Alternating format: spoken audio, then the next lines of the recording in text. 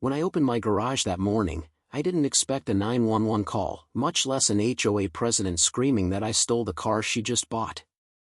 The air was thin and cold the way it gets in the Colorado mountains, sharp enough to make breath feel like glass. I remember that detail because everything else came hard and fast, like someone had ripped the calm out of my life and replaced it with static. My name is Ethan Hale. Civil engineer. 38. The kind of person who organizes socket wrenches by size and torque rating. I rely on measurements and proof, not drama. That morning, drama came for me anyway. The garage door rolled up with its usual metallic sigh. I stepped toward my truck, an obsidian black 2020 Tacoma with more miles of survey work on it than any sane mechanic would bless, when a voice cut across the drive. There it is. That's my vehicle. That's the exact one. I turned. Marjorie Kellerman, HOA President, self-appointed guardian of community standards, and proud owner of a clipboard that might as well have been welded to her palm, came marching down the sidewalk like she'd been waiting for a cue. She wasn't alone. 2 HOA board members trailed behind her, stiff as fence posts. I paused. "Morning, Marjorie. That's not your truck." She jabbed the air as if accusing a fugitive. "I purchased a Tacoma yesterday.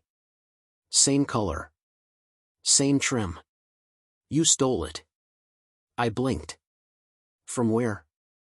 A parallel universe?" She didn't laugh. Instead, she pulled her phone from her coat and dialed with practiced fury. 911? "Yes, I'm reporting an auto theft.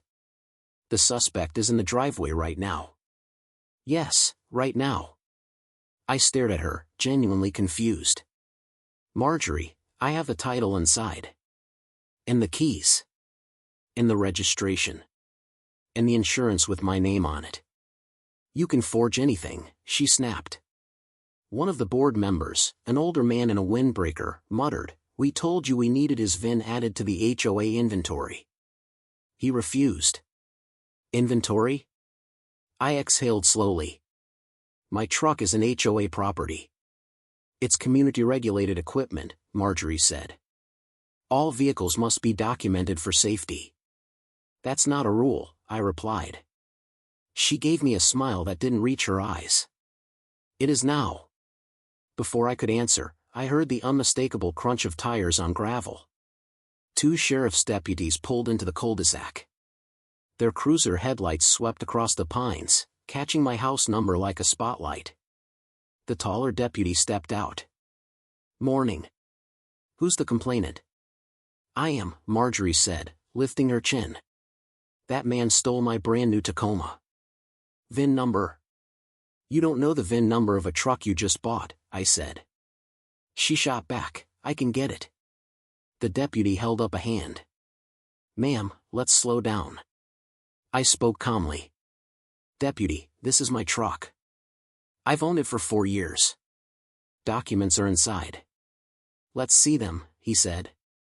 I walked into the house, grabbed the folder I keep near the fridge, title, insurance, registration, purchase invoice, even an emissions test that still smelled like printer ink, and handed everything over. The deputy flipped through them. "Your name's on all of these." "Exactly," I said. Marjorie leaned close, eyes narrowing.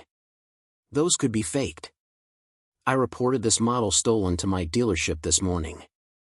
"You bought a Tacoma yesterday?" the deputy asked. "Yes," she said. "Then why does this man have a 2020 model?"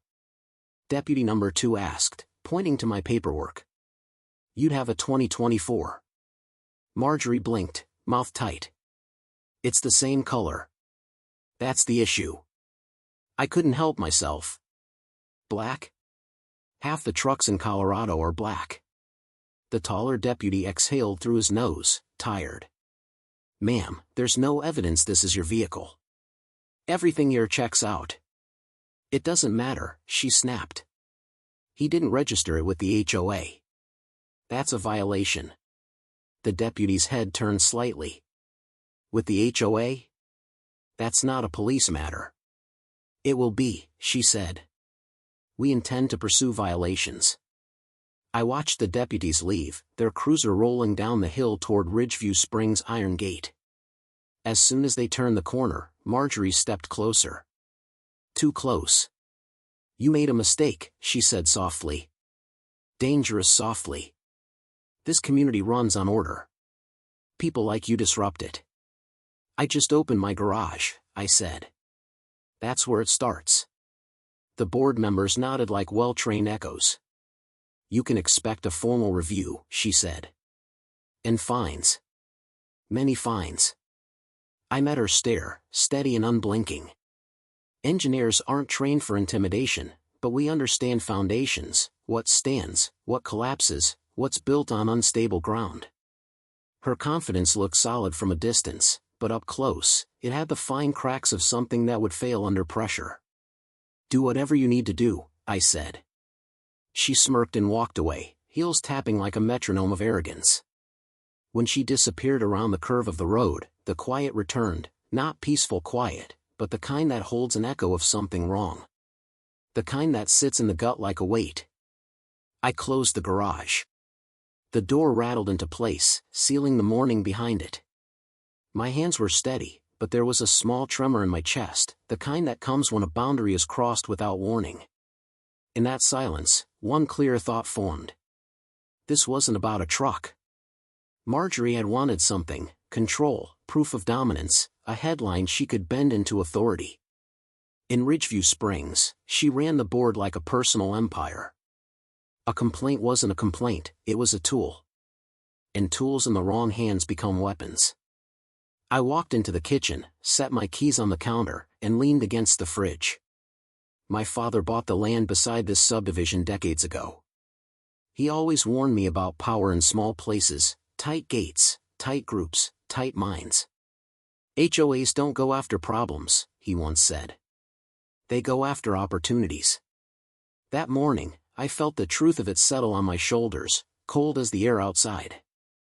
I opened my laptop, created a new folder, and typed. HOA Incident Log, Day 1. The title sat there, simple but sharp. I saved the file, added a timestamp, and clicked record on the small camera angled at my driveway. Because now I understood the rule I would live by for the next 5 years. Silence isn't surrender, it's preparation. And that was the moment I decided to document everything. The first notice appeared the next morning, taped crookedly to my front door. A bright orange slip, HOA's version of a threat letter. The paper was damp from the mountain air, its edges curled like it already regretted being used. Violation, unauthorized vehicle activity. Fine, $150. Deadline, 72 hours. I stared at the words for a long moment, not angry, just aware. The kind of awareness that comes when a pattern reveals itself. I took a photo, slid the notice into a folder, and walked to the garage. My truck sat exactly where I left it, quiet, unbothered, innocent of whatever story Marjorie planned to write about me. I locked up and headed to work. By noon, a second notice arrived by email. Subject: failure to register community equipment. Community equipment. They were sticking to that narrative. I clicked open the PDF. The text looked official at first glance, clean margins, bold fonts, but the formatting told another story. A REAL amendment under Colorado law has a recording number. This one didn't. It listed a regulatory notary, which isn't even a thing. At the bottom was a signature from Notary, Ellen Price. I recognized the name. She'd passed away in 2021. Her obituary had been in the local paper. I'd attended the memorial because my father insisted we should honor our neighbors, no matter how loosely we knew them. Marjorie hadn't just pushed a rule, she used a dead notary to support it. I leaned back in my chair, letting silence settle over the realization. I wasn't dealing with petty HOA theatrics. This was scaffolding, carefully placed, meant to trap. When I got home, 3 more violations sat on the door.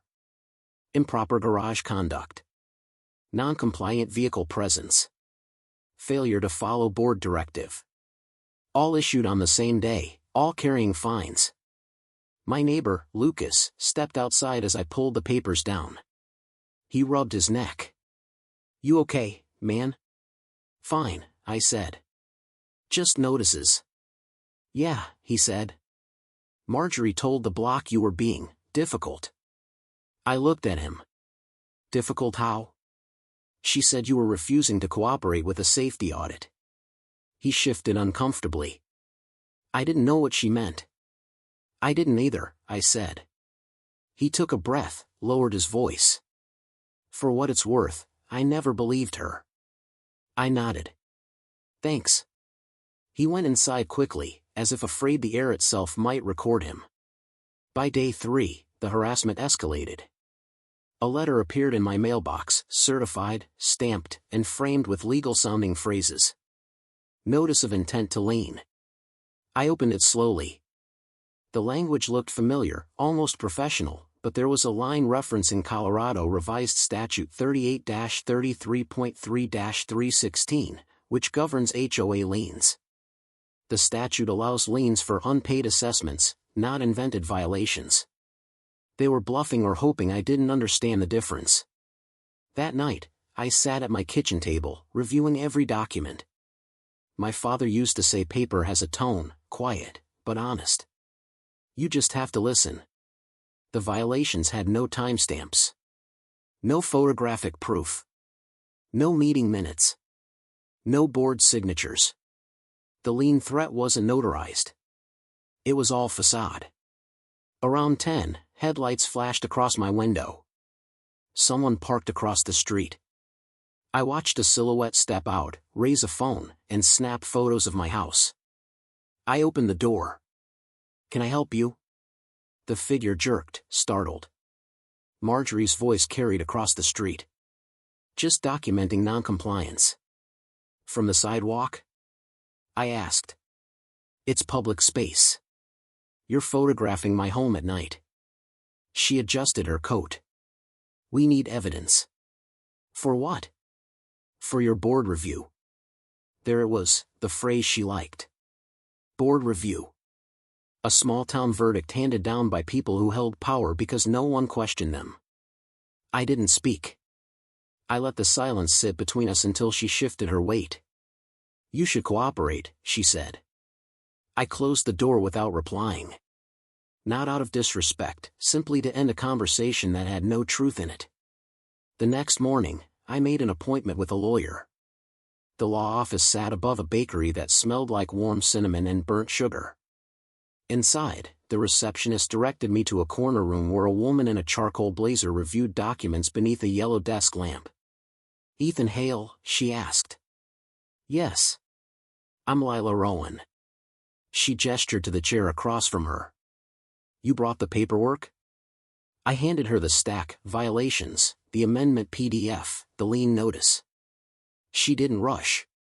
She turned each page slowly, her expression tightening with each line. "This signature," she said, tapping the forged amendment. "You know this notary died 3 years ago?" "Yes." "And this document claims she notarized it 8 months ago?" She raised an eyebrow. I nodded. "That's not just sloppy," Lila said. "That's criminal." She separated the pages into 2 piles, genuine-looking and fraudulent. "This lien threat is void," she continued. "Colorado law requires a recorded assessment. You don't have one. They can't file a lien on thin air." "I thought that," I said. "But I needed confirmation." "You're facing targeted harassment," she said plainly. "And they're covering it with fabricated authority." "Why me?" I asked. She shrugged lightly. "People like your HOA president don't need good reasons. They only need to believe they won't be challenged." I looked at the stack of false documents. "Can we fight this?" "Oh, absolutely," she said. "We'll start by requesting certified records from the county. Then we'll examine notary logs, board minutes, and any recorded amendments." She paused, meeting my eyes. "These people are reckless," she said. "Recklessness leaves fingerprints." I exhaled for the first time in what felt like days. "Where do we begin?" "Here," she said. "We file an immediate response denying all violations. Then we request a validation of the lien threat. Once they fail to produce legal grounds, we flip the pressure. She slid a form across the desk. Sign this. It allows me to represent you. I signed. And Ethan, she added. Keep documenting everything. Dates, times, photographs, audio if possible. I already started a log, I said. Good, she replied. This kind of case isn't one with noise. It's one with precision. I stood, gathering my papers. As I reached the door, she called after me. One more thing. I turned. You're not the first person they've done this to. Something in my chest tightened. Who else? A couple who moved out last year, she said. They mentioned the same pattern, fake violations, surprise visits, intimidation. What happened to them? They sold quickly, she said. Left the state. I nodded slowly. I'm not leaving. I didn't think you would, she said. When I stepped back outside, the air carried the smell of wet pavement and something steadier, resolve. The harassment wasn't random. It was targeted, organized, and deliberate. But now, for the first time since this began, I felt anchored. Information creates leverage. Proof creates safety. Documentation builds truth. And truth, once gathered, has weight. I walked to my truck and opened the door. This fight had begun with noise and accusation. It would end with something far stronger. Evidence. Lila didn't waste time. The morning after our meeting, she emailed me a brief list. 1. Send me every violation notice. 2. Record all encounters. 3. Photograph anything added to your property. 4. Don't respond to the HOA directly. 5. Stay calm. They will escalate. She understood Ridgeview Springs better than she admitted. People like Marjorie push harder when they feel resistance. By noon, Lila filed the first response on my behalf, a formal demand for validation of the alleged lien. It was polite, sharp, and written in the restrained tone lawyers use when they already know the other side can't produce evidence. Her second move was more strategic. We're pulling the county records, she said on the phone. If their amendment isn't recorded, it's meaningless. And if it is? I asked. She paused. If it is, then they forged more than a signature. I drove to the county clerk's office after work. The building sat across from a small park, its brick facade glowing under the late afternoon sun. Inside, the fluorescent lights hummed, steady and indifferent. I gave the clerk the filing number from the supposed amendment. She scanned her database. The hum of the old printer behind her filled the silence. No record for that document, she said. None? I asked. She shook her head. Not under that number, date, or name. I exhaled quietly. Can I get a certified statement confirming that? Of course, she said. Give me 5 minutes. As she typed, I glanced at the wall clock. Time moved differently when you were collecting proof, slower, heavier, like each second carried weight. The clerk returned with a stamped certificate. Here you go. This shows no such filing exists. I thanked her and stepped outside. The wind had picked up, brushing cold air across my face. That document felt heavier than its single sheet of paper, because it wasn't just proof of a missing filing. It was proof of intent. HOA power collapses fast when you tug at the legal thread holding it together. That evening, Lila called. I got the clerk's certificate, she said. Good work. I figured it was important. It is, she said. It means they created their own rule without recording it. Colorado law requires proper filing for any restrictive covenant. I listened as she shuffled papers on her desk. This is more serious than I thought, she said.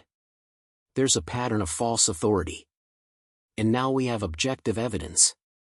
What's our next step? We ask for board minutes, she said. If they pass this amendment, they must have records of the vote. They won't. After that, we subpoena the notary log. That will show a dead notary, I said. Exactly. Her tone carried a measured confidence. She wasn't impressed by the HOA's theatrics. She was preparing to dismantle them piece by piece. The next escalation came sooner than expected. Saturday morning, I found 2 board members standing in my driveway, clipboards in hand. They weren't knocking, they were photographing the side of my garage. I stepped outside. Morning. They turned, startled. We're conducting an inspection, one of them said. Under what authority? I asked. Violation protocol. There's no scheduled inspection. It was approved internally, he said, avoiding eye contact. Provide documentation, I said. Written notice is required.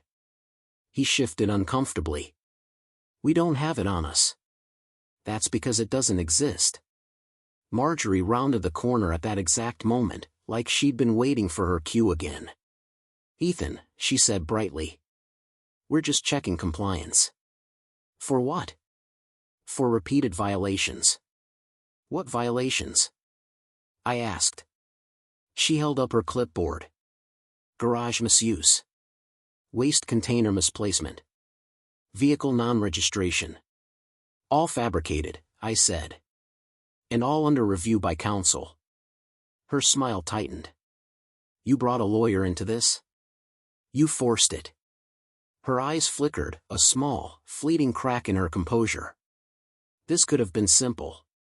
Simple for you, I said. Not for me. She stepped closer. You're making a mistake. I studied her face, searching for a motive. Fear wasn't there yet, but worry had joined the edges. I'm documenting everything, I said. That includes this visit.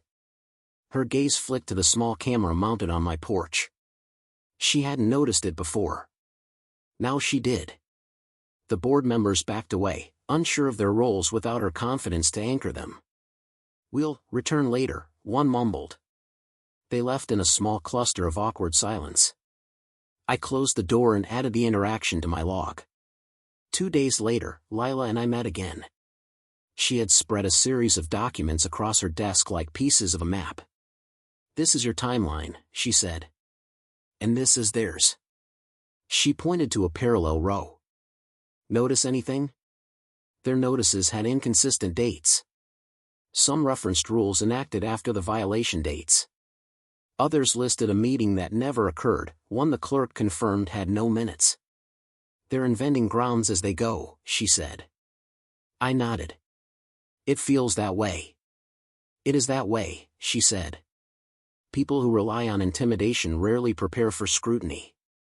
She slid over a printed copy of the police report from the morning Marjorie accused me of stealing my own truck. Look at this, Lila said. The report recorded the time of Marjorie's 911 call.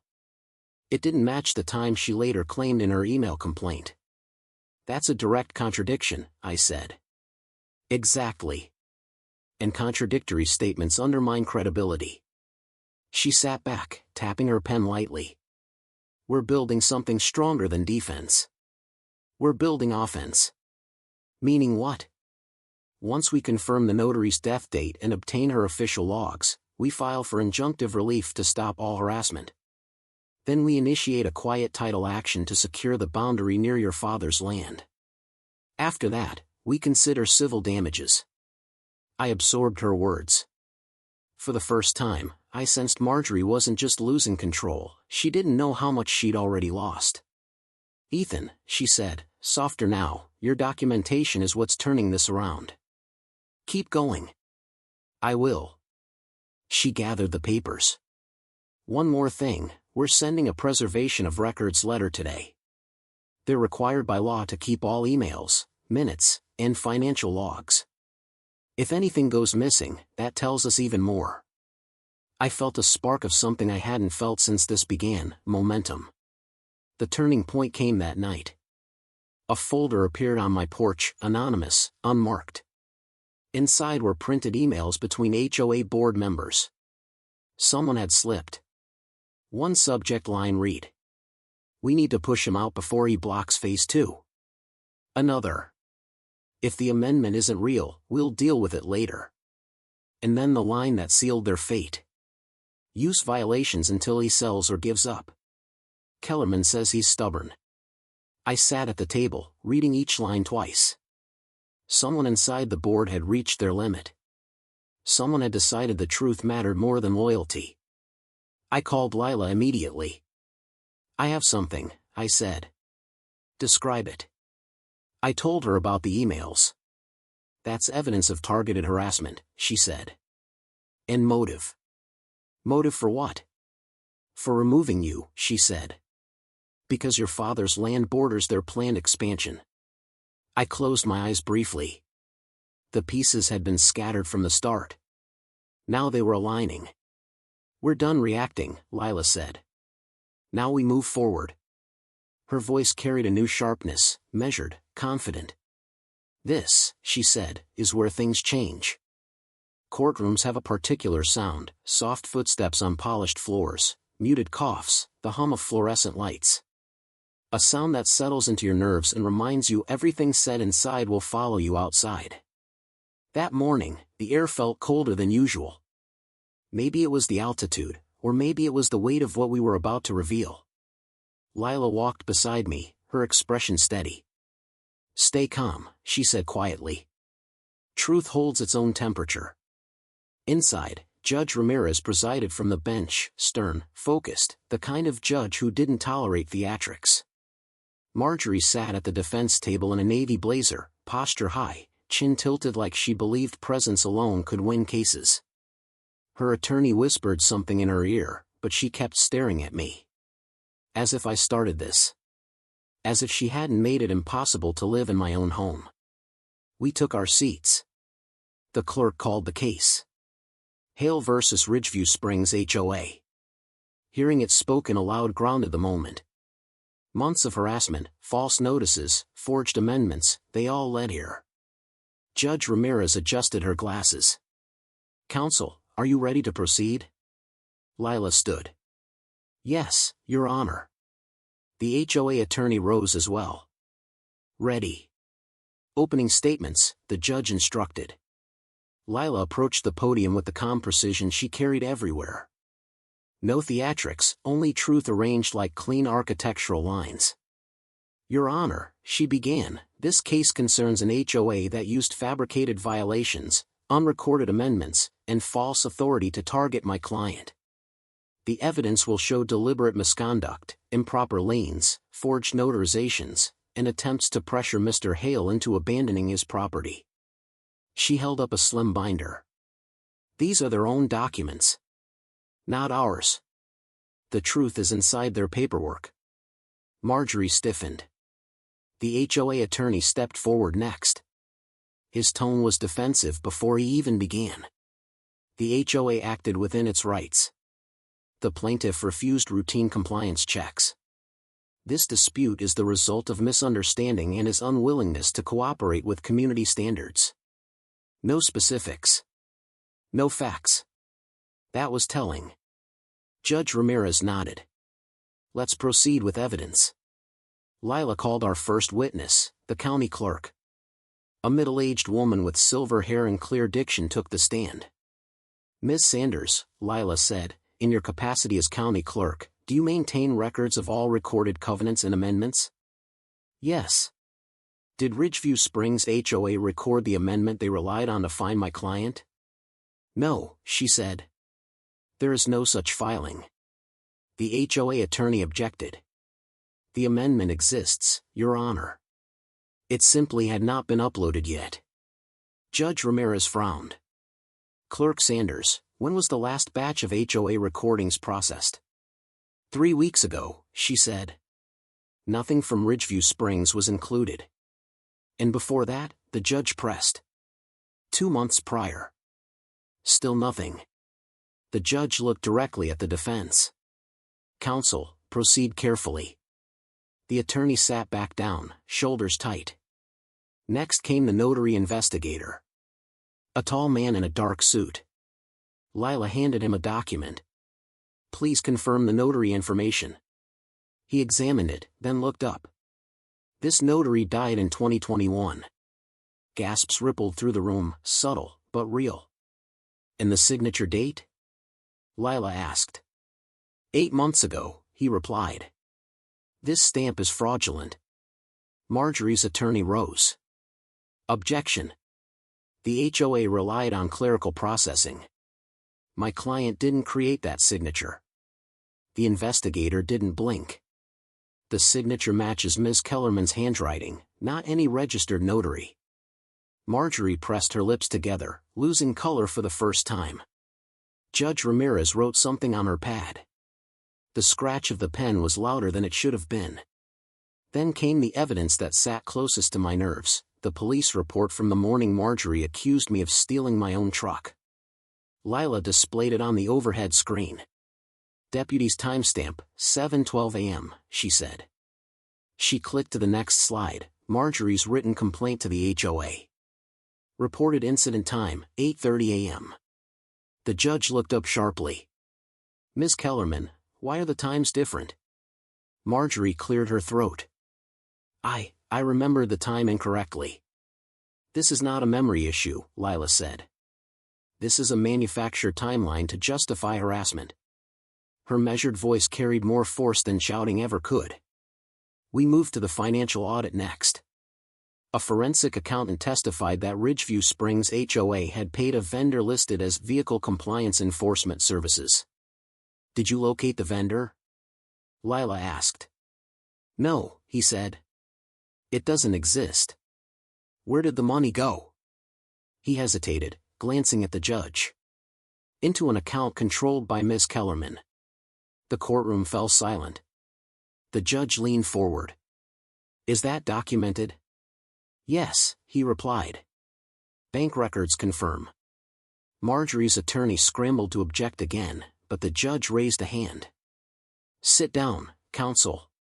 He did. Marjorie looked at the table, her confidence dissolving strand by strand. Finally, Lila approached the bench with the anonymous documents someone had left on my porch. Your Honor, these emails were submitted anonymously but verified via metadata.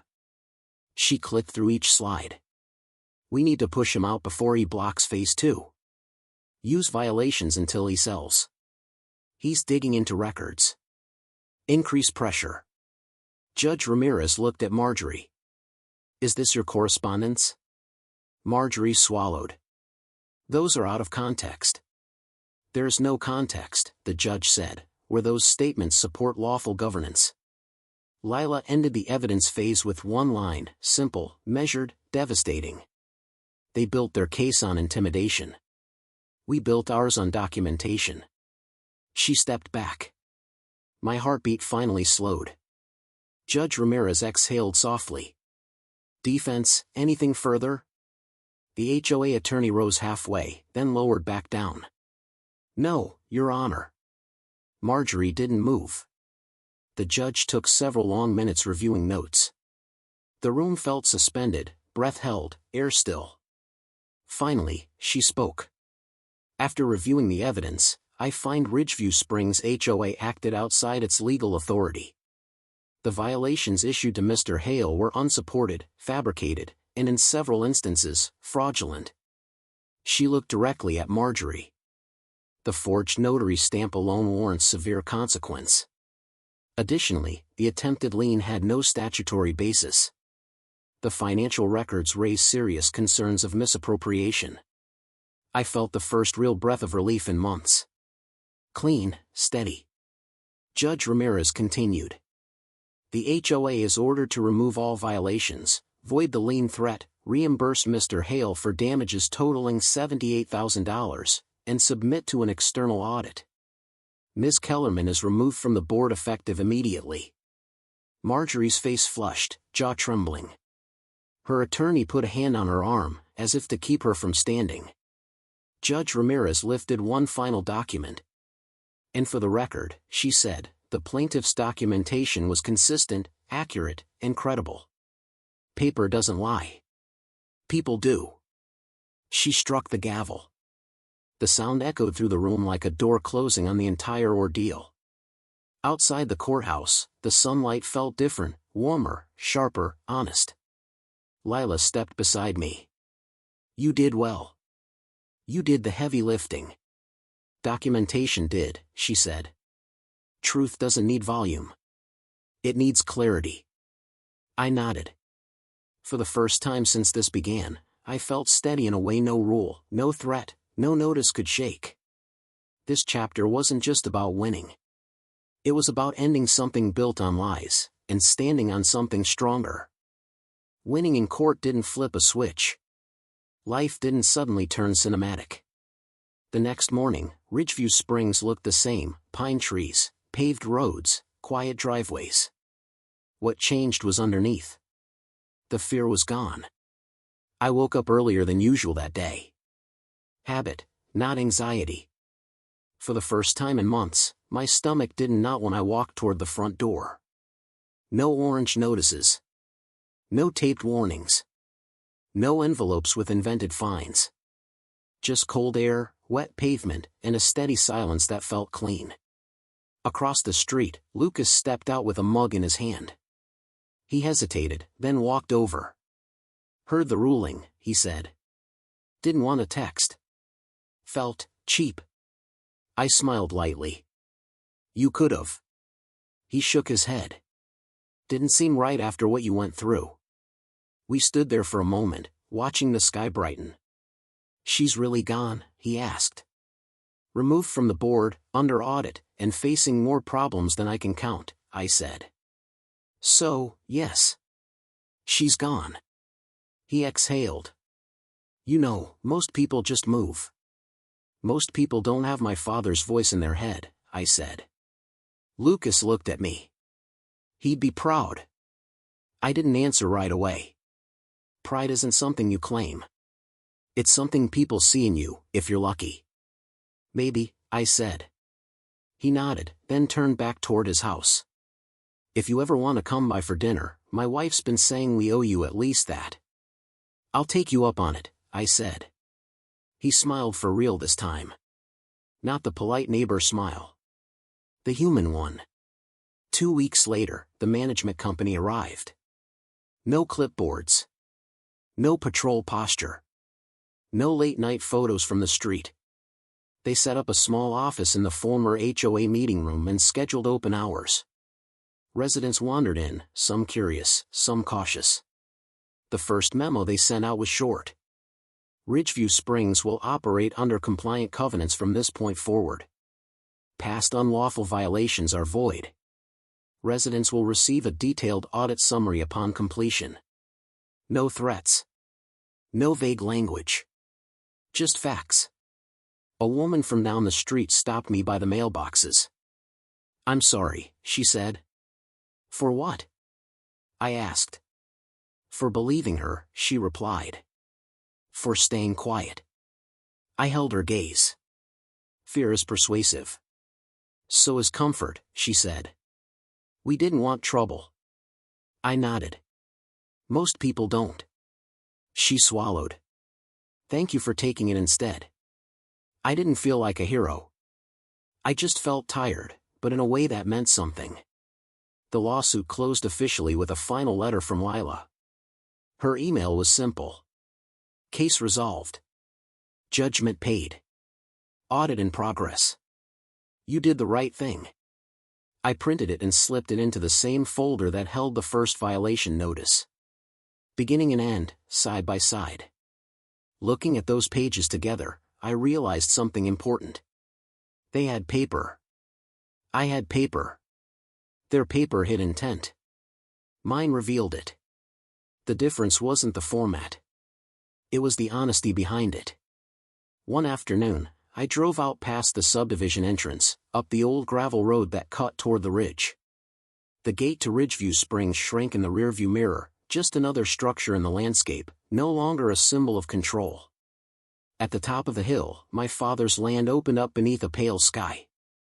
The wind moved through the trees with a sound that reminded me of his voice, steady, patient, never rushed. The boundary marker stood near the edge of the tree line. A steel post driven into rock, paint faded, but still there. Still true. I stepped out, boots pressing into soil he once walked. For a long moment, I didn't move. I just listened, to the wind, the rustle of branches, the distant hum of a highway I couldn't see. My hand rested on the cool metal of the marker. "This is why I stayed," I said quietly. "Not for the truck. Not for the fines. For this." A gust rolled down the ridge, carrying the smell of damp earth and pine. I thought about phase 2, the expansion Marjorie wanted. The emails that called me an obstacle. The way she tried to frame me as a problem that needed to be removed. To her, this land was space on a blueprint. To my father, it was memory, sweat, and years of work. To me, it was a line between what people think they can take and what they have no right to touch. Somewhere in that tension, I learned something slow and hard. You don't protect ground by shouting. You protect it by understanding every inch of it. Every inch of law. Every inch of truth. I stood there until the cold started to bite through my jacket. Then I turned back toward the truck. On the way down, my phone buzzed with a notification. The video I'd uploaded had just crossed 100,000 views. I had hesitated before posting it. Turning this experience into a documented story felt risky. But then I remembered something Lila said. Silence protects them, not you. So I recorded everything, footage from the porch camera, stills of the notices, screenshots of timelines, scans of court records. I told the story the way I lived it, no exaggeration, no dramatic music, just the slow burn of pressure and the eventual click of proof falling into place. The comments section surprised me. Same thing happened to my parents in Arizona. Our HOA forged a vote. Wish we'd fought like this. I thought I was crazy dealing with this. I'm not. Reading those lines, I realized my case wasn't unusual. It was just documented. That's the difference. That night, I sat in front of the camera again. No fancy setup. Just a lens, a chair, and a small lamp casting soft light across the room. I hit record. "My name is Ethan," I said. "I'm a civil engineer in Colorado. A while back, my HOA president called 911 and claimed I stole my own truck." I let the sentence hang for a moment. You can feel people lean in, even when you can't see them. What started as a false accusation became a paper war. They had invented rules, a dead notary, a fake amendment, and a plan to push me out before I blocked their expansion. I glanced at the stack of documents on the table. I didn't yell. I didn't threaten. I wrote everything down. Times, dates, names. I pulled county records. I hired counsel who knew the law better than they knew how to manipulate it. I leaned closer to the camera. If you're watching this because you're going through something similar, remember this: justice doesn't shout, it documents. Patience isn't weakness, it's preparation. I paused, choosing the next words carefully. You don't need revenge when you have records. They built homes on lies. I built proof. I placed my hand on the folder beside me. At the end of the day, one thing held up in court. It wasn't their story. It wasn't their meetings. It wasn't their threats. I lifted a single page, the judge's order. It was this. Verified, signed, and clear. Paper doesn't lie. People do. I let the silence stretch for a few seconds. Silence has its own kind of gravity. Then I ended with the line that mattered most, not to the court, but to whoever was on the other side of the screen. If you've faced a corrupt HOA, or you're in the middle of that fight right now, tell me your story in the comments. You're not alone. And whatever happens. I closed the folder, gently, like closing a chapter. Remember, keep your receipts. The lawsuit ended, the audit began, and life at Ridgeview Springs settled into a quieter rhythm. But winning doesn't mean the story stops. It just moves into the part most people never talk about, the slow adjustment after the storm, when you learn what the damage changed and what remained intact. For weeks, I found myself listening for things that no longer happened: the shuffle of footsteps on my driveway at night, the thump of notices slapped onto my door, the hollow emails written in legal-sounding nonsense. The silence felt different now. Not empty, just honest. The first real aftershock came a month later. A letter arrived from the county. Not a threat. A request. The county commission invited me to a town hall meeting about proposed development plans near the ridge, plans that included Phase 2, the same expansion Marjorie had tried to push through by removing me from the picture. Seeing it in writing told me her intentions had stretched much farther than personal conflict. At the meeting, I sat near the back, letting the room fill with voices before anyone noticed me. Engineers don't stand out, which is how I prefer it. The room buzzed with phrases like land use review, zoning variance, and environmental study. Familiar language, my language. Midway through the discussion, a commissioner asked, "Do we have property owners impacted by this proposal?" People glanced around, unsure. Lucas nudged my arm. "You should speak." "I will," I said quietly. "When they're ready to listen." After the initial presentations ended, the floor opened for public comment. A few residents spoke, concerns about traffic, drainage, preserved views. Then the commissioner looked toward the back. "Mr. Hale? Would you like to make a statement?" I stood slowly. There's a particular kind of attention that comes when a room knows your name before you speak. It's heavier than curiosity and sharper than surprise. When I reached the microphone, I didn't start with accusations or grievances. I did what I knew best. I started with facts. "I'm a civil engineer," I said. "I've studied the ridge for years. My father surveyed it before Ridgeview Springs existed.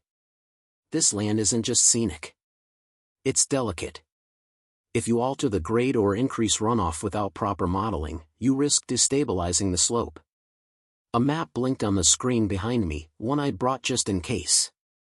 Old habit. Preparedness never betrays you. I pointed to a narrow band near the proposed expansion line. This zone holds moisture longer than the lower slope. If you build over it without reinforced drainage, water backs up under the structures. One commissioner leaned closer. "You're saying the soil can't handle the load?" "Not without significant redesign," I said. "And that redesign will cost more than the development budget estimated." I paused, letting the information settle. "And there's one more thing." I tapped the highlighted section of the map. "This boundary line overlaps part of my father's land. Any attempt to build here requires resolving the title dispute first." That last point shifted the entire mood. Conversation stopped. Even the commissioner in charge of development flipped pages in her binder, searching for a reference that wasn't there. "So the HOA's expansion plan," she began, "was built on an incorrect assumption," I said. "One they tried to enforce through pressure instead of due process." The room stayed quiet long after I walked back to my seat. Sometimes truth doesn't echo. It lands. After the meeting, an older man approached me outside. "You stopped them today," he said. "Postpone them," I corrected. "There's a difference." He smiled. "Either way, you reminded them that land has history. And so do the people connected to it." I didn't respond. Some statements don't need answers. Back at Ridgeview Springs, the management company sent out the audit results. Misused HOA funds, confirmed. False violations, confirmed. Forgery, confirmed. Unauthorized enforcement actions, confirmed. Recommendations, board restructure, mandatory training, legal oversight. The report ended with a line that struck me harder than the verdict itself. The previous administration operated with purposeful disregard for established legal procedures. Purposeful. Not careless. Not mistaken. Purposeful.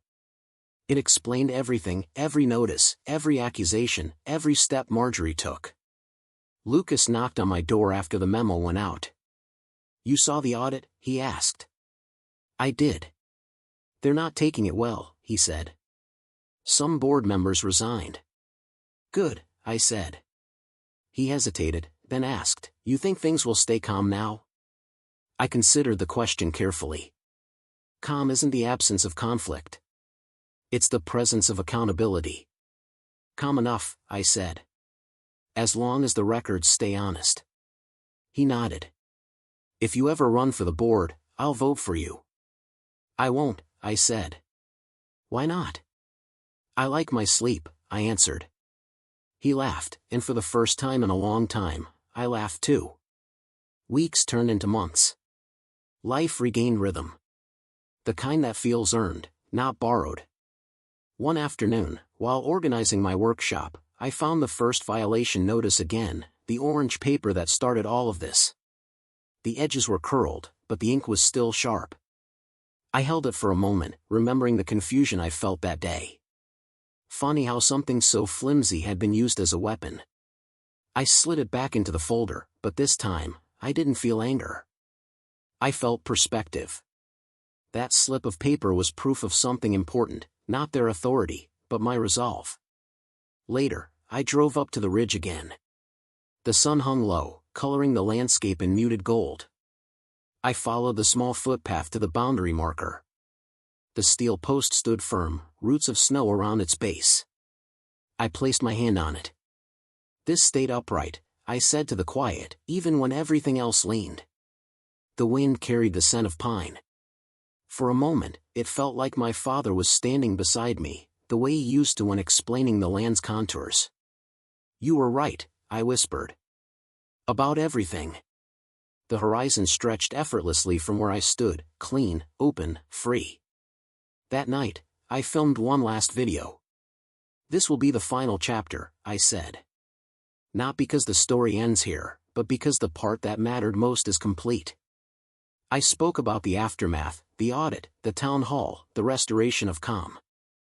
I talked about the neighbors who apologized, the ones who stayed silent, and the quiet shift that happens when people finally understand the cost of looking away. In the end, I said, what protected me wasn't luck. It was truth backed by records. Documentation doesn't erase what happened, but it anchors it. It gives shape to something people might otherwise dismiss. I lifted the old orange notice one more time. This started with a lie, I said. But it ended with a lesson. I set the paper down and looked directly into the camera. If you've made it this far through my story, I'll leave you with the advice that carried me through every chapter. Justice doesn't need noise. It needs accuracy. And whatever happens. I tapped the folder gently. Keep your receipts. I ended the recording. The light on the camera clicked off. For the first time since this entire ordeal began, the room felt still in a way that meant something. Not silence. Closure.